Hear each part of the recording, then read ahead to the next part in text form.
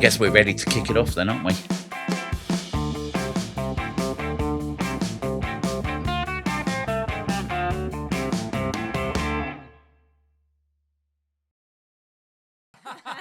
He's a bit of a pro. It's because you're such a pro that I'm like, no. I'll just say, I'm chatting to Richard Vobes today, and we're just looking at what's going on and what can we do about it. So welcome, Richard Vobes. Thank you very much. I have to say it's very nice to be here in a very lovely studio. Yes, and very warm. And very warm, yes, absolutely. Often in my studio, if people have seen my stuff, it's a master bedroom of a 2-up, 2-down terraced house, no heating. Yeah. So I'll do an hour's interview with somebody, and Oh my God. I have a little space heater that I switch on at the beginning. Warms up the room, but because it's so noisy, I can't have it on. And in the winter, the heat drops, and so the bladder reduces. And so as I get towards about an hour, I'm aware that I need to wrap up the interview, not because it's not interesting or anything. It's just a call of nature is necessary at that point. So, thank you very much for watching. I've got to go now. And so race to the bathroom. So I don't have that problem here. No, this is lovely. Thank you very much for inviting me. Great expense to put the heating on as well. Oh, well, the cost of living these days, everyone's feeling it. Exactly, which is a really good segue into what I wanted to talk to you about, which is just, well, a lot of your podcasts have been looking at or talking to all the different people that have issues with what's going on, particularly UK-centric at the moment, cost of living, overreach of government, all sorts of different things. And we've talked about these things, all of us in our different groups, over and over again until we get, sick of talking about it. And I think we really need to talk about what we think we can do about it, how we can, get ourselves over all this negativity and move into something more positive and useful and a better life. So I just thought, why don't we go through those sorts of things, and what are your ideas? I think you're right that now is the time to start moving away from the problems. We know what the problems are, and one of the problems is that we are perpetuating the problems by not moving forward, by not talking about the solutions. And Julia and I, my partner and I, we have these sort of discussions all the time about the fact that we've now been talking about the solutions, but are anybody actually doing it? I mean, the biggest solution that we all really need to do is to take back responsibility for ourselves. Yes. We have allowed the corporations and the institutions to do things for us, and we've become lazy. We've taken the easiest route, and I often joke that it all started with the remote control for the television back in the sort of 70s or whenever the remote controlling, because in the past you used to have to get up and tune the television to another station if you wanted to. Then the remote came in, and the couch potatoes started that whole sort of, and then Sky came in with all these myriad of channels.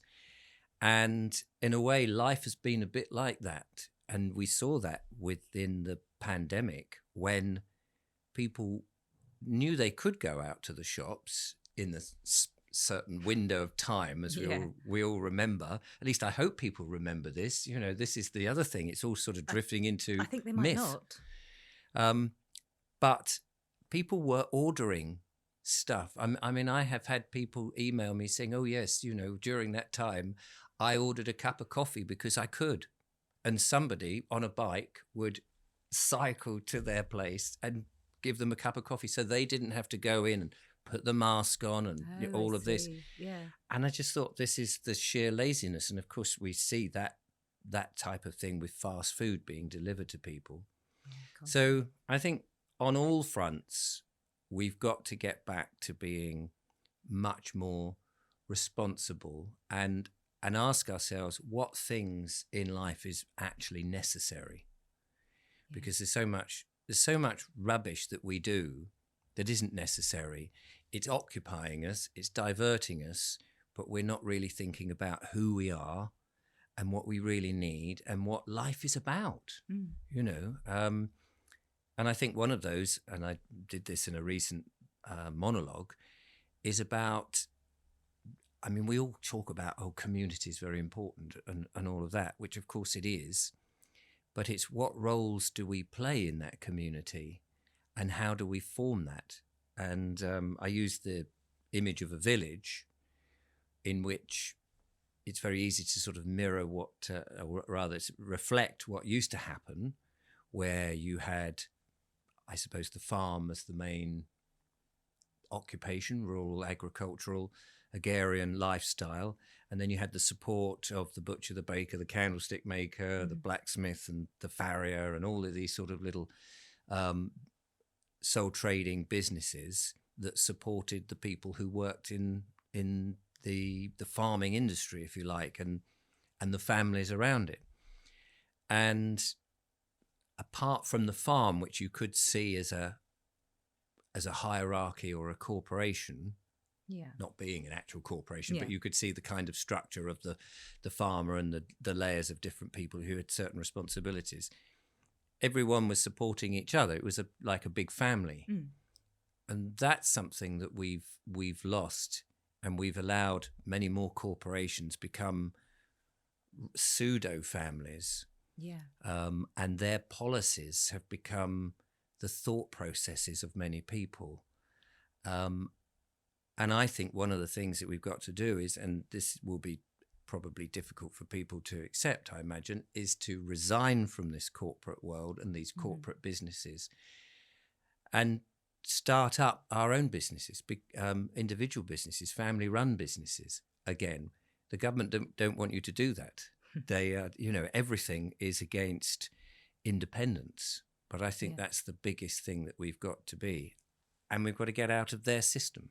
Yeah, absolutely. Do you think, this is a thought that I've noticed recently, and I don't know if it's just me feeling this or not, but do you feel that some people within the movement actually quite enjoy this whole drama of being in this perpetual state of, we've got to do something, but we're not quite sure what to do? And the whole drama of that is their lives. Yes. And that's kind of stagnating a lot of what we want to do. Julia and I came into this movement really about 15 months ago. Prior to that, as you have alluded of before we filmed, I had a channel called The Bald Explorer, which was in fact the same channel. It's just when we went down the rabbit hole, we renamed it just to me because it was principally me talking. So we're newcomers, and we've always said all the way through this that we're new and we're learning and what have you. But there does seem a lot of people who've been thinking this way for a long, long time. And then as more and more people have come in, it also seems, and I don't want to be unpopular by saying this, but there does seem to be, as you just described, a sort of sense that this is a nice battle to be playing with. It's almost like it's a sandpit and we're playing all these things. And nobody really wants to actually achieve an end to it, because also, and many of my viewers have said to me, a number of your guests are making quite a bit of money out of this. They found a niche of this is an alternative to the mainstream, and so you can do this and I can earn money from it. And Julia and I, the thing we want to do is get out of all of this. We want to get to our piece of land. I want to sit there and, have bees or pigs and roll around with the pigs and things like that. I don't want to be doing this. And I certainly didn't look for the fame or all of this that's happened. And as soon as I can walk out that door and escape it, that is for me. But there does seem to be a lot of people who are going, oh, no, we've got this sovereign system, or we've got this health system, or we're doing this. And they seem to love this. And you kind of get feeling they don't want it to end because it's a nice little business. And whilst they are doing good, and I'm not suggesting that they're not doing good, I don't want people to think that, we really now have to get out of this because we can't perpetuate this. Yeah, absolutely. Because the dark forces will have us in the place they want. Yeah. And we really do have to make a stand now and get out of it. Yeah, absolutely. So, yeah, I do agree. No, it's not a popular No, it's not. thing, I think that's the thing. And I think people don't recognize that's what they're doing. Yeah. I don't think they're doing it on purpose. Yeah.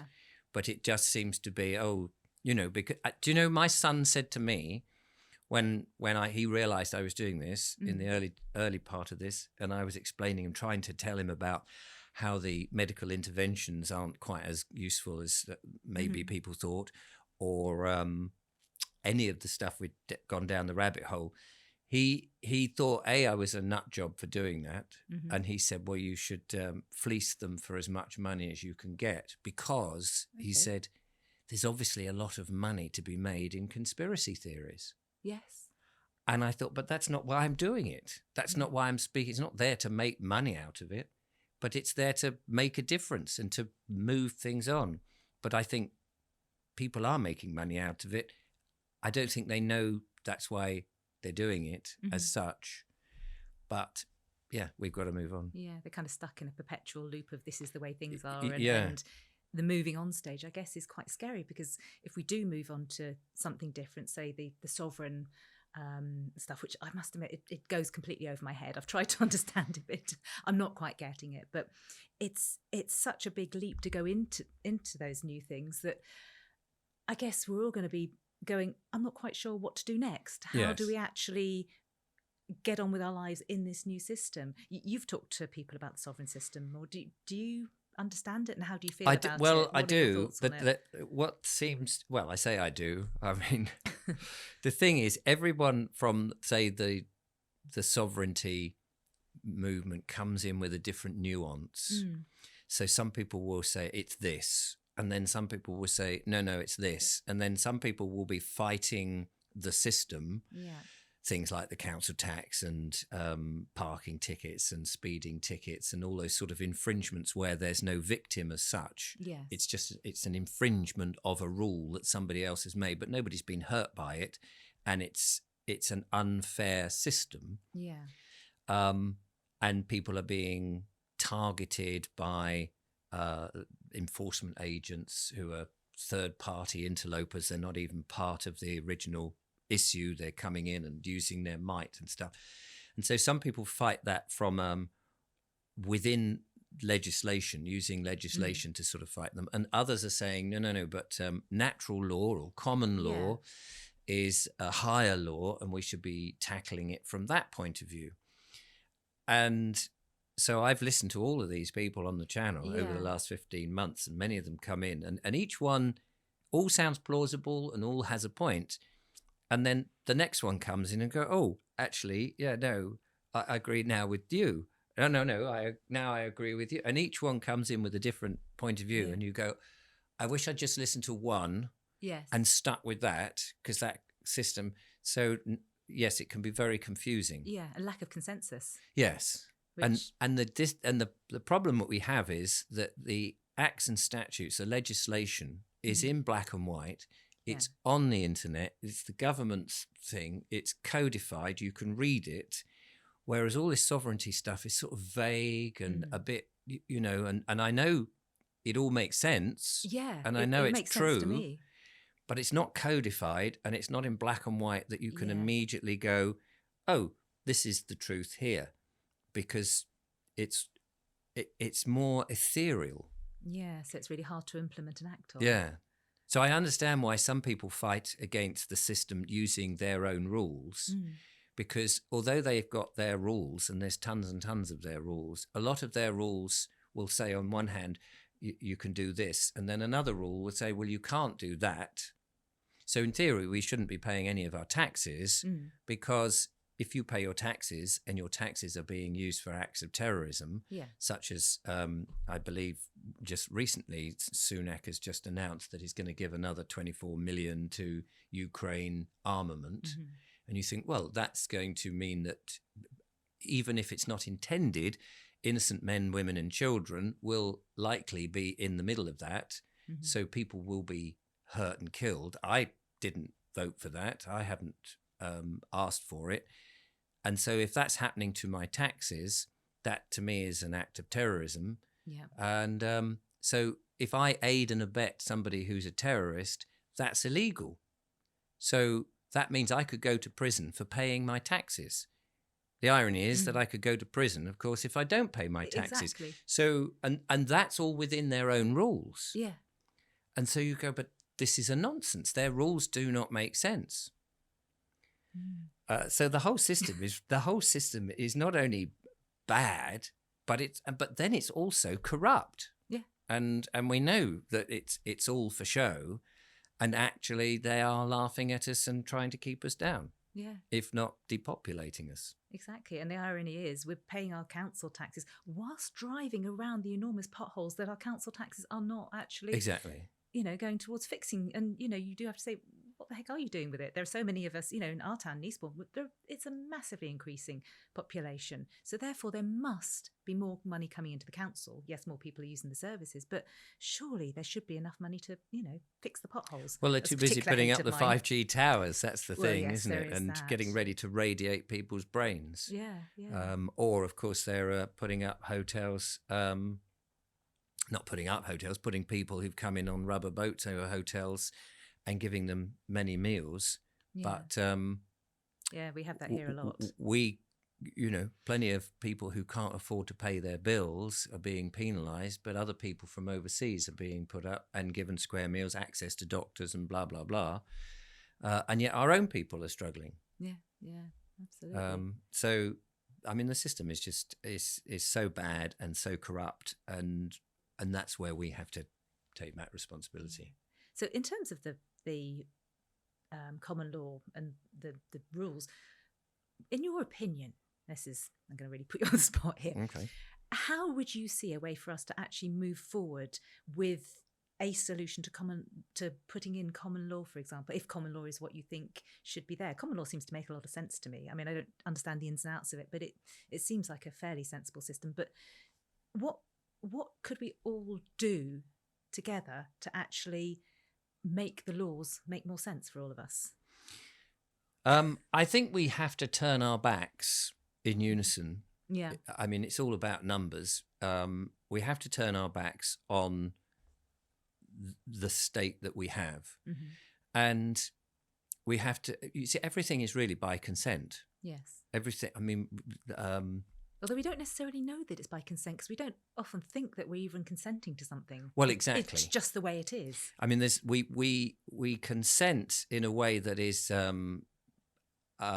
not made obvious to us. So when we register a vehicle, for example, or a car, or a conveyance, as it's often referred to in the common law way, you're agreeing to give the title of that vehicle to the DVLA, which is, of course, the government. When you register to vote, you're agreeing that you will be a sheep and sort of, bah on the right day at the polling station. And none of that really matters. It's just you've agreed then to whatever whatever party gets in, and it doesn't matter these days what party gets in, because they'll turn around and say, oh, well, there's an act of emergency, we need to do this, and your vote is completely, you've acquiesced, you've consented to us doing something. We supposed to be consenting to be policed by the police. Mm-hmm. And we consent in every agreement that we have these days. Even contracts with your utilities are not proper contracts. They're just agreements, and you sign up, but you can't change that. I mean, the only way you can change it is by not being in agreement with them. But a contract should have a meeting of the minds. Everybody should say, look, I agree to this, but I disagree to that. Oh, okay, well, we can take that out if that's a problem for you. Mm-hmm. And you would negotiate, but you can't negotiate anything with the state at the moment. It's this or nothing. Well, that's not an agreement. That's a tyrannical situation. Mm. So if you want to have a mobile phone, I'm sure in the agreement, maybe in some mealy-mouthed, cleverly spoken words, is an agreement that you can't see. It says, we will listen to you, we will record your data, we'll sell your data, we'll take your biometrics every time you look at the screen, and you go, well, no, actually, I want a private phone in which none of that happens. But that's not on the agreement. They update their agreements. How many times do we get these? Oh, we've just updated the terms. And well, you shouldn't have that. That's not an agreement. That's not a proper contract. The contract cannot be upgraded or changed unless both of you re-sign and agree on that. Mm-hmm. But they just do it. They just flout the rules and they just do it.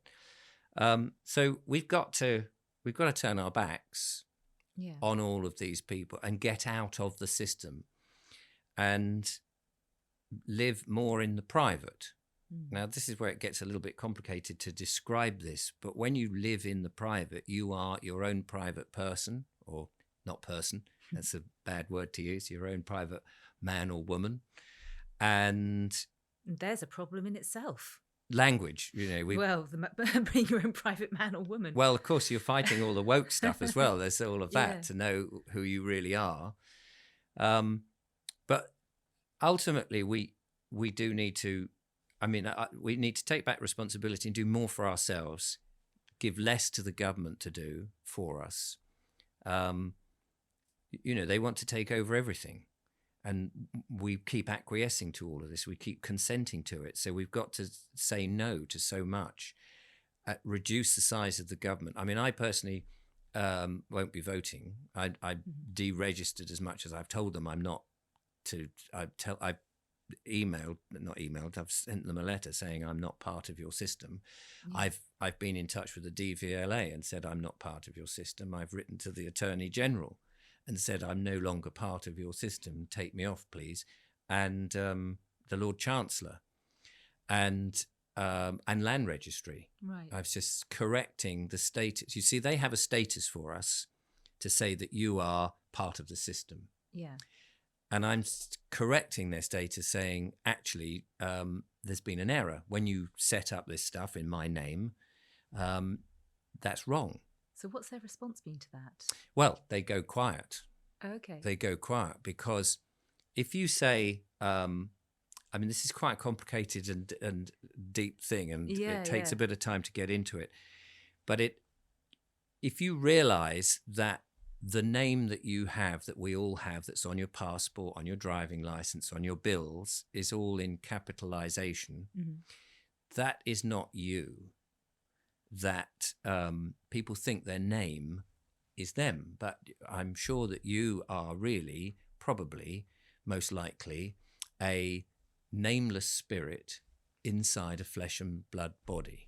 I can't say for sure that's the case because I'm not you, but I know that's me. I don't really have a name. People have given me a name, but it wasn't. I didn't intrinsically go pop. Oh, I've got this name. My mother and father gave me a name. The surname is the name of the family, but it's been incorporated and my first name has been attached to it. And on the birth certificate, it's become a legal fiction. And that is used to identify supposedly us. And we wear this, and most people think that that's their name. So if it says Richard Vobes, I think I'm Richard Vobes. And in capitalization, that's not even words. We recognize it as words because we've been taught to do that at school, but it's not actually words. The Chicago style of language, which is the universal style, as far as I understand, of the English language and how it should be presented on paper, has that as its hieroglyphics. But because we recognize it, we think it's words. So when you get a bill and it has your name in capitalization, you think that's you. Yeah. But it isn't you. It's referring to this legal fiction that's being created, has been bonded, as in bondage when you are a slave, and has been floated on the stock market. And people are making millions of pounds out of each and every one of us. Yeah. Now, we can't really do anything about that, but that process effectively set up a trust. And that trust, there's three positions in a trust: the grantor, the originator of that trust, which would have been the government who set that up in all their machinations. There's a beneficiary, which will be us.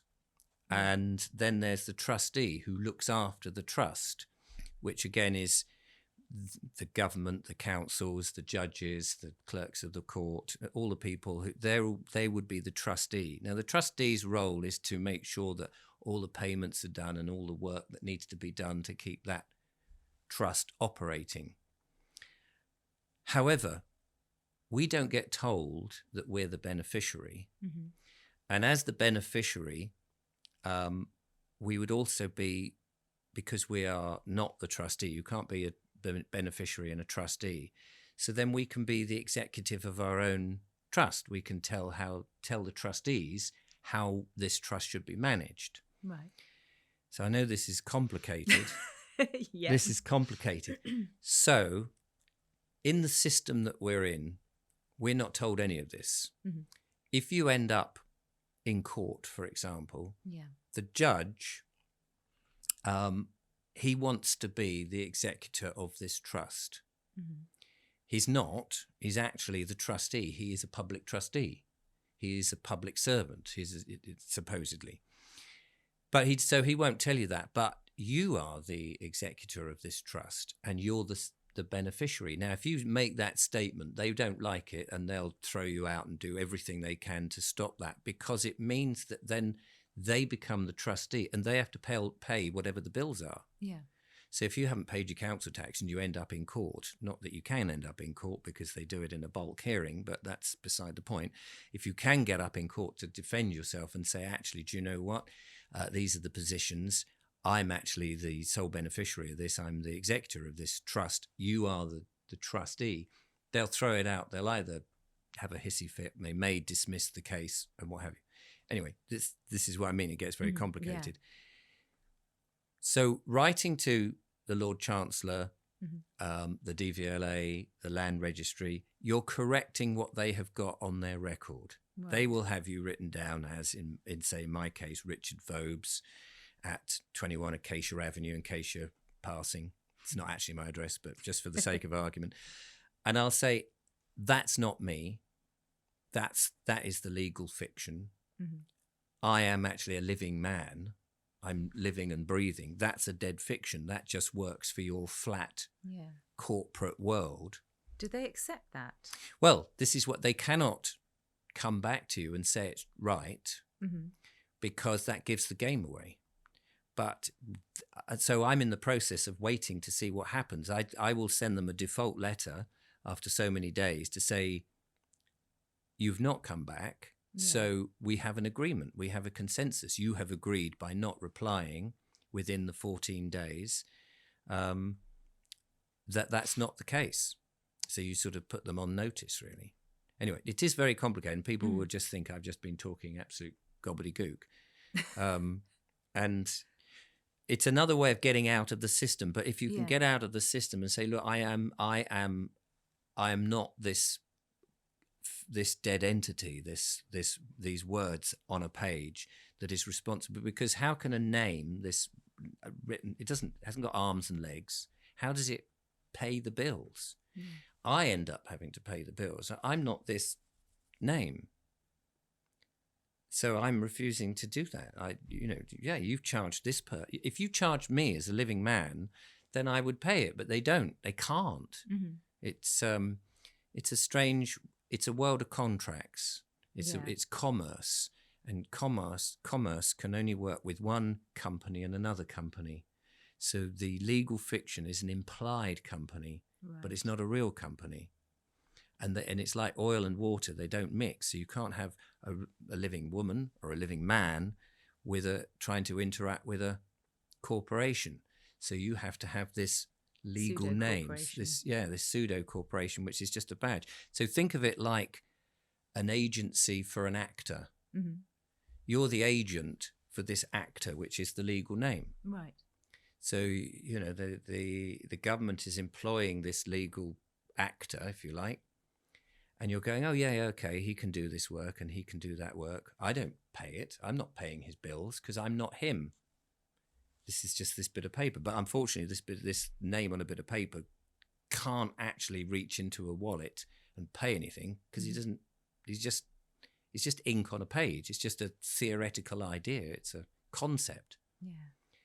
Has that blown your mind away? It's blown mine.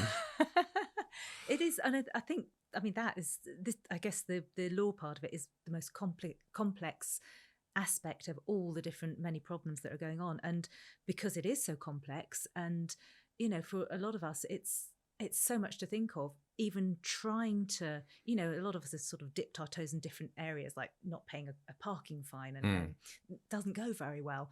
And so I think, you know, actually going down that path, a lot of us go, we'll let other people do that. And you know, they have some successes. Let them write us a nice script that we follow. Yes. And then maybe we'll go and along. and the problem with templates is that you don't know then how to respond if they come back to you. Yeah. So you do have to, it takes time. You do have to sort of bend your mind to understand how this works, because you've got to live as you want to live and understand it. And it does sound complicated. When you put somebody on the spot and say, explain all of this, and you go, oh, just as I did. Yeah. I probably could have put it over a hell of a lot easier and more simply if you were, say, writing it as a book. Yeah. Because you could put it in stages and it would make more sense.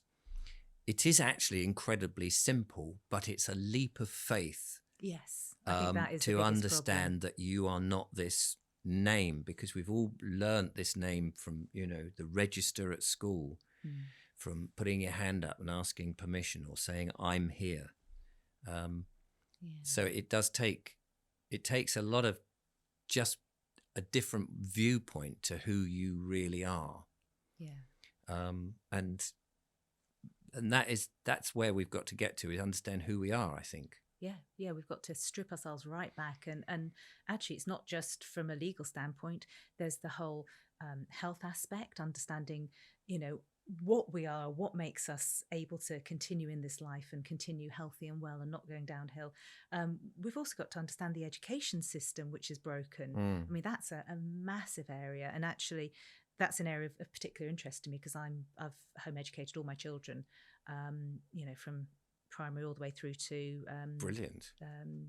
Well, my youngest is just about to go off to college, so college, they're on their own then. But you know, and that's a big area. I don't know if you've got any thoughts on the education system and you know, the home educating that. Absolutely. Well, firstly, nobody should be sending themselves to a state school. And Agreed. Probably certain private schools also, but you know, some private schools like Hope Sussex, different ball game. Absolutely. They're very open, and the state school is there really to train children, boys and girls, to become good citizens. Yes. Slaves. Yes. Citizens is another word that's sort of to do with their system, legalese, as is children, as opposed to boy and girl, mother and father. That's a much more private, free, earthy sort of term for real people, as opposed to the corporate labels that they have. So kids should not be going to school, especially at the moment with the incredibly Luciferian agenda that they have, teaching youngsters about sexual stuff. And I get into that quite expressively in my channel, on my channel occasion. I won't say things here, but so they shouldn't be doing that. I listened to an Alan Watts. He was around in the sort of 70s. He's a sort of philosopher, guru type I've not heard character. of him. Brilliant. And I'm sure many people will have heard of him.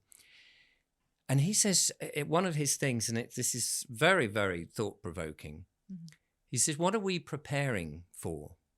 We have a child. We send them to nursery school. So we give them to strangers, first of all, to look after. Then we prepare them for first school, primary school. And they go and they do a bit of learning, but we're preparing them for the next school. Yes. So we send them to secondary school and they learn all these things. And then they have to go through these exams to prove something. And we prepare them then for something else. And these days it's pushed towards university. So we prepare them for this university, which in theory is preparing them for work. And so then they go to work and they're doing all this work, and work is all about getting further up the chain all the time. You're still preparing for something else. Can I get further up this greasy pole? And then when you get to the top of the greasy pole, whatever that is, you retire. Yeah. And you've learnt so much, and you're now able to be free from everything. Only you're old, decrepit, you've lost your teeth, and you've got no energy. And no pension. And these days, no pension. And so all the time you've prepared for this moment where you have this tiny window of life left to be you, and then you die. And he said, what's that about? Why are we not living now? Yeah. He also talks about parents give their children toys. Mm-hmm. So instead of allowing children who are incredibly inquisitive by default and learn so rapidly, instead of saying, come and help me cook the dinner tonight, or change the baby's nappy, or cut the lawn, we give them pseudo tasks. So we'll give them a little pretend kitchen or a pretend doll to play with, which is not the real thing. It's a sort of fake element of life. We don't let them actually, fill up the washing machine and put the powder in because we don't trust them. We don't give them the responsibility. We don't let them make the sandwiches or help. I mean, in the old days, people used to get them to do all sorts of chores and things. Yeah. These days, kids don't do chores. They go upstairs in their bedroom and all of this sort of nonsense and on flat screen. But we bring them up in this fake world of toys which break and are not the real thing, and they're safe and got rounded corners, and they don't really understand what the dangers are of real things. But kids kind of have to get fobbed off in this way, when really they want to be there with the parents whom they love and cook the dinner and do things. Not all the time, obviously sometimes they get a bit bored from all of this, but when they're really young, at that sort of between 3 and 6 years, when they just want to be and they want to be part of the family, we push them away. Yeah. And then we give them to strangers whom we have never met. We don't know their philosophy. We don't know their morals, to start teaching those kids things that a state wants them to know, but not what we want to know. Yeah. Because we went through the same process. Yeah. And this is where we need to say, no, thank you, state. You're not bringing us up. We know intrinsically what's right and wrong. We know what life is about. We need to start bringing the kids up ourselves. We need to stop working 9 to 5 for corporations and being too tired to spend time with our children. The family needs to thrive again. Absolutely. To be separate, to be out of their legal system, which is where this corporate identity, the legal thing and all of that business comes in. And the children, my sister homeschooled back in the 90s. Yeah, mine went to state school because I thought she was raving mad. I now have huge amount of respect for her, and I used to say, well, what do they do? How do you do it? Are you following a curriculum? She says, no, we don't do any of that rubbish. Exactly. We just go out. The kids ask questions. They're very inquisitive. We ask questions. We go to a museum. We'll go for a walk. We'll just, and the kids would say, how does that work? And she would say, well, I don't know, but let's go to the library and find out. Back in those days, we didn't have the internet. And they would go and find things out, and it was a joy. And they didn't have homework and all of this, put your hand up if you need to do a biological function and empty your bladder. Exactly. None of that. It would just go, I'm just going for a wee. That's no problem. Yeah. And people, so they would stand up. Now, we need to get back to that. The state has controlled us in ways that we're not even aware of. They say jump, we say how high. And we should be asking, what do you mean jump? Why? Why should I do that? What's in it for me? What you're just extracting our energy and our money. Well, they've taken away permission, really. I mean, my kids, my eldest went to school for a little bit, but I took her out. And then my others have pretty much never been to school apart from trying a term, which didn't go well at all. But I always promised them that they could if they wanted to. But obviously we were homeschooling or home educating, since 2004, 2005. So during the pandemic period, we were already homeschooling. So I ended up talking to lots and lots of parents who were thinking of taking their children out of school, and people would always say, oh, Diny's been doing it for years, have a chat to her, she can tell you what you're supposed to do. So in terms of the home education, as we call it, but now they call it homeschooling. It's not schooling, it's education. I think it's changed. It's become something different to what it was. So the old-fashioned home education is very much about you having your kids with you, and you, like you said, teaching them how to do real tasks, not with pseudo washing machines and things. You are actually having them in the kitchen with a real knife, chopping up vegetables, saying, don't cut your finger. Oh, you have cut your finger. Well, this is how we deal with it. Yeah, and then they learn, don't they? They're not going to cut their finger again. Yeah. Well, hopefully not. Well, yeah, they usually do. But the new, what I call the new homeschooling, is all the parents who went, oh my God, the schools are absolutely horrific, pulling our kids out quickly. How do we replace that exact same thing, but in the home? And they don't need to. No, and it's very hard to explain to people. It's about having your child with you. You're the person who loves them more than anyone else in the entire world. They know that. They become incredibly confident because they know that the person who's teaching them is doing it because they love you so much. Yes. And they want you to do well. It's not because they've been told that you must be like this. But I think a lot of parents, because the government has an agenda to ensure that as parents, we have no confidence in our ability to parent our kids. We're told that, well, these people know better, those people know better. We haven't got. But how did we do it? I mean, this is the thing that just always surprised me is that people will go, but we can't do this, we can't do this. And you think, hang on a minute, man has been on this planet for millennia. Exactly. We've managed to get to this point, and now we're going, oh, I can't do it, don't know how to do it. It's like, surely the purpose of being alive is to thrive. Yeah. It's not to work for corporations who are making money, to keep shareholders happy, to make other people happy. Why are we doing any of this? Exactly. Julia and I, on the way here, we were looking at some of the vans and the things, and I was saying, what are these people doing, driving all this stuff about? This is just giving people something to do all the time. We have all these trinkets and these things that we think we need, but actually, what's the essentials? What is the real purpose of life? What do we really want from life? Is it that we want to be able to, as you say, be with your children more, not have that alarm clock go off and go, oh, I've got to go up to London and do a day's work, then come back and I'll only see you for 5 minutes or this, that and the other. It's like, no, this is not what we've somehow believed. This work system is the only system to survive. Yeah. And we've become very comfortable on all these artificial things. We could be conducting this in a barn on upturned boxes with hay bales around us. and the studio is beautiful, it's lovely. But we could equally be having this conversation outside watching sheep. Yeah. Or we might be interrupted a few times, of course.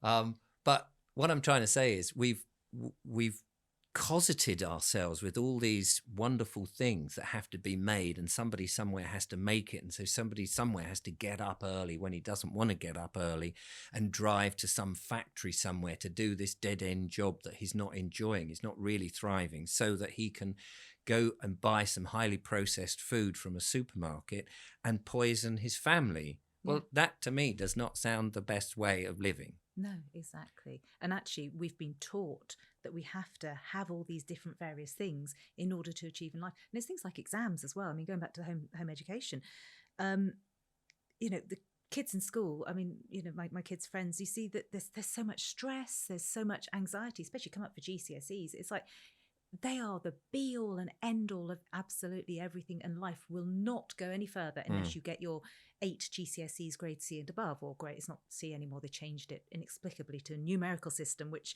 you then have to translate back to ABC. I don't know why people, I don't understand why people need exams. I mean, I've never been asked when I went through back in the 70s, I only had CSEs. They weren't even GCSEs back then.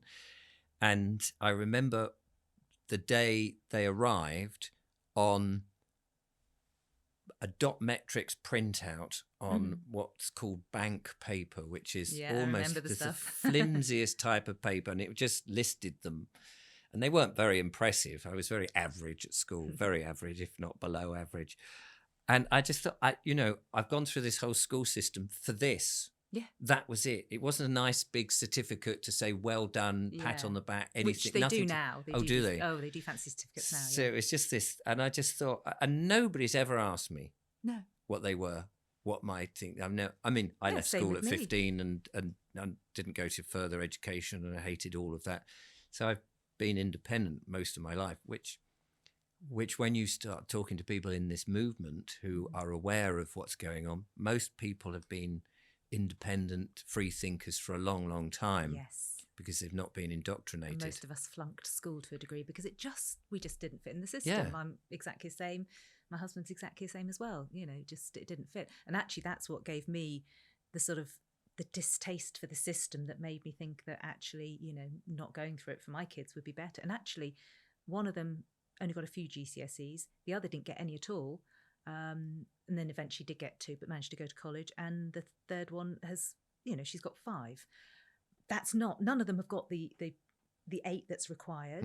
And yet they've all managed to do exactly what they need to do without it pretty well. Brilliant. And but it's been a leap of faith trying to say that you don't have to have all these things. The government says your GCSEs are the be all and end all. I mean, that's kind of your first. And then all that really disappointment if you don't reach it. Yeah. And that whole year group, people are born at different times in the year. Yeah. So their development is all over the place. Almost a whole their year aptitude apart. is different to all of these things, and they're all expected to be the same drones. Exactly. And the whole system is absolutely wrong. And anybody who's watching this should take their kids out of it immediately. Definitely, yeah. And thrive. Yeah, and the kids are happier for it. I mean, I will attest to mine. They are happy, no mental health problems, doing incredibly well in whatever they want to do. Yeah. And that's what we should be doing. Yeah, having happy lives. And we don't need all these things that they tell you you've got to go through. But as a parent, it's incredibly scary because you're told that if they don't do this, they're not going to achieve that. You've got pressure to produce good results from your offspring. And the whole system is about producing those good results. If you're not achieving that, if you're not Instagram perfect, it's just we're set up to fail in all aspects. So I'm quite passionate about home education. No, I can see. Well, but the thing is, that's where we start the next generation. Absolutely, yeah. And that's why that's so important, because the next generation coming up will, if they are homeschooled and they're able to be, and not homeschooled, it's not even schooling, it's living. It's home educated, living, isn't yeah. it? We learn anyway. Exactly. We just learn. I mean, it's, you educate yourself. In fact, I've learned more after I left school. Yeah. And every day is a learning day. Yeah, exactly. You learn something. So, but if it's the next generation that are coming up, assuming, of course, that we can allow the government allows the next generation coming up, because more babies seem to be dying from various nasties that have been happening. I was told the other day that more babies are dying than are living in birth. Wow. And so work that one out. But the next generation are going to be the ones, if we can stop it now with this stupid system, then we have a chance of being an amazing species again. To me, and I've said this on my channel a lot, the last 100 to 150 years has been a fascinating experiment of how not to be a human being and how not to treat people. And we've learned a lot from that. Let's stop that experiment, because how we've done things in the past and how we've treated people and each other has been dreadful. Let's stop that experiment now. We don't need these corporations. We don't need these governments that dictate to us. And let's start again. Let's thrive and get rid of the system, because the last 150 years, it's just been a waste of time. I mean, you look at all the health inventions that were coming out in the 30s, Telsa and all these sort of things, bioresonance, that we're just rediscovering now because absolutely. Big Pharma decided here is a big way of making lots of money. We'll repress all of this information. They've had their time. They've poisoned us. They're poisoning the air. They're poisoning the water. They're poisoning the food. It's amazing we're still here. Yeah. I mean, we're quite resilient, really, aren't we? I mean, golly, we've learned a lot from that experiment, but let's not carry on with it now. Let's have proper, wholesome, real food. Let's have families back together again. Let's have genuine work, which is beneficial to all, that people can go back and say, oh, I made this with my own hands. I feel proud for what I've done. Let's have clean, wholesome, holistic, honourable work and family, of sort of communities that are working for the good of everyone. Let's get rid of shareholders and corporations and governments that are lying left, right and centre and trying to extract money by extortion and then setting off wars and killing people. I mean, I can't think of anybody who really has voted for wars and the murder of people and the poisoning of the air and all of that. I mean, and I talked to quite a few people and none of them said, oh, that's what we want. I said, well, where has it come from then? Why are we here? Why is this happening? Yeah. I guess actually the whole pandemic has been a positive in that respect, because it's made us all stop and go, actually, what's going on, and then we're looking at all these different areas, and we've got people like you and all sorts of other people talking out about all sorts of different things, and we're stopping and taking stock of ourselves. And that's, I think, what we've got to do is take a moment out of this crazy busy life, stop and say, actually, is that right? Is that right? Is that right? Who am I? I've been listening to all these people, because we're fed so much information. We don't have to think anymore. We read. That's What right. do we We're do about told what this? to What do we do? What do I cook for dinner tonight? Oh, BBC tells me tonight it's a good idea to cook this. We're learning now to take stock and go, actually, I can think for myself. I can make decisions for myself. I can make decisions for my children. I can make decisions about my health. I can make decisions about my finances. I can make decisions about where I go and what I do. And I guess the start of us fixing this all is actually almost giving ourselves permission to be us. Yeah, to be that is it person? Is person the correct term, or is that man or woman? A living man or woman. Yeah, giving ourselves that permission to be that living man or woman who is self-responsible in all aspects and is allowed to make those decisions, but has a network of community that actually can help support them in making those decisions in the right way, because obviously we're prone to make mistakes. We're allowed to make mistakes. Yeah, and then learn. And we shouldn't from be them. penalised for making mistakes. Yeah, but we don't have that support. Or we are getting that support now of community who can actually help us to make those decisions and learn to make them for ourselves. Yes. It's almost like we're children again. Yes. And there's nothing wrong with being a child. I'm very childish, as the lovely Julia will contest to. Contest? Attest. There we go. My use of language is usually pretty rubbish. You seem to be doing pretty well on it. I think that's probably a fairly... Have we put the world to rights? I think we've done a couple of subjects. I think if we carried on with everything, we'd go on for hours and hours and hours. It's true. Is there anything that you'd like to finish on? Positive note, maybe. I think, well, the positive note I would say is I think that we are at that point now where, as you say, people are beginning to become aware of the great harms that have happened, whether they need to know the nuances of everything. I think people are just aware that there is a lot of pressure on them, and the pressure cooker is at that point about to explode. Yeah. And I think as they see more and more people talking or expressing it, they're realizing, oh yeah, I am under pressure. I hadn't realized it. They don't need to know about Agenda 21 or Agenda 30, or even that vaccines might be not the best solution for your children or yourselves. They don't need to know the nuances of that. But I just think people are intrinsically within themselves going, there's something wrong. And so I think we are now seeing the pendulum swing the other way. Yeah. And that, I think this year particularly is a pivotal year for that. I think things are going to get, I think the status quo that have kept us where we are won't like it, but people are rising up. We've seen the farmers in Europe. We will probably see a bit more of the farmers in this country. Yeah. And the more stupid the suggestions about eating bugs or not growing food and things like that are being pushed on ordinary everyday people.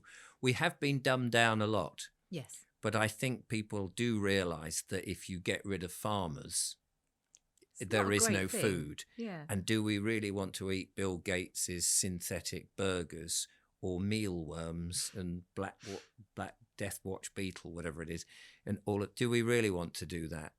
And I think the conversation is happening. Yeah. It's not fast enough for me, I grant you.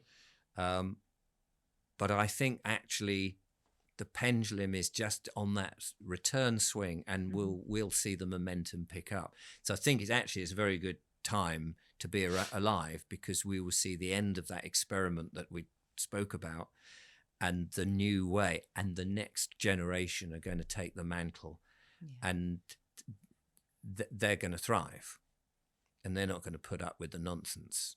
So we are the signposts. That's how I visualize that, because we've been thinking about this for a long time, and we will be able to help those people who are just sort of realizing things are wrong, of like, there's some alternative health for you.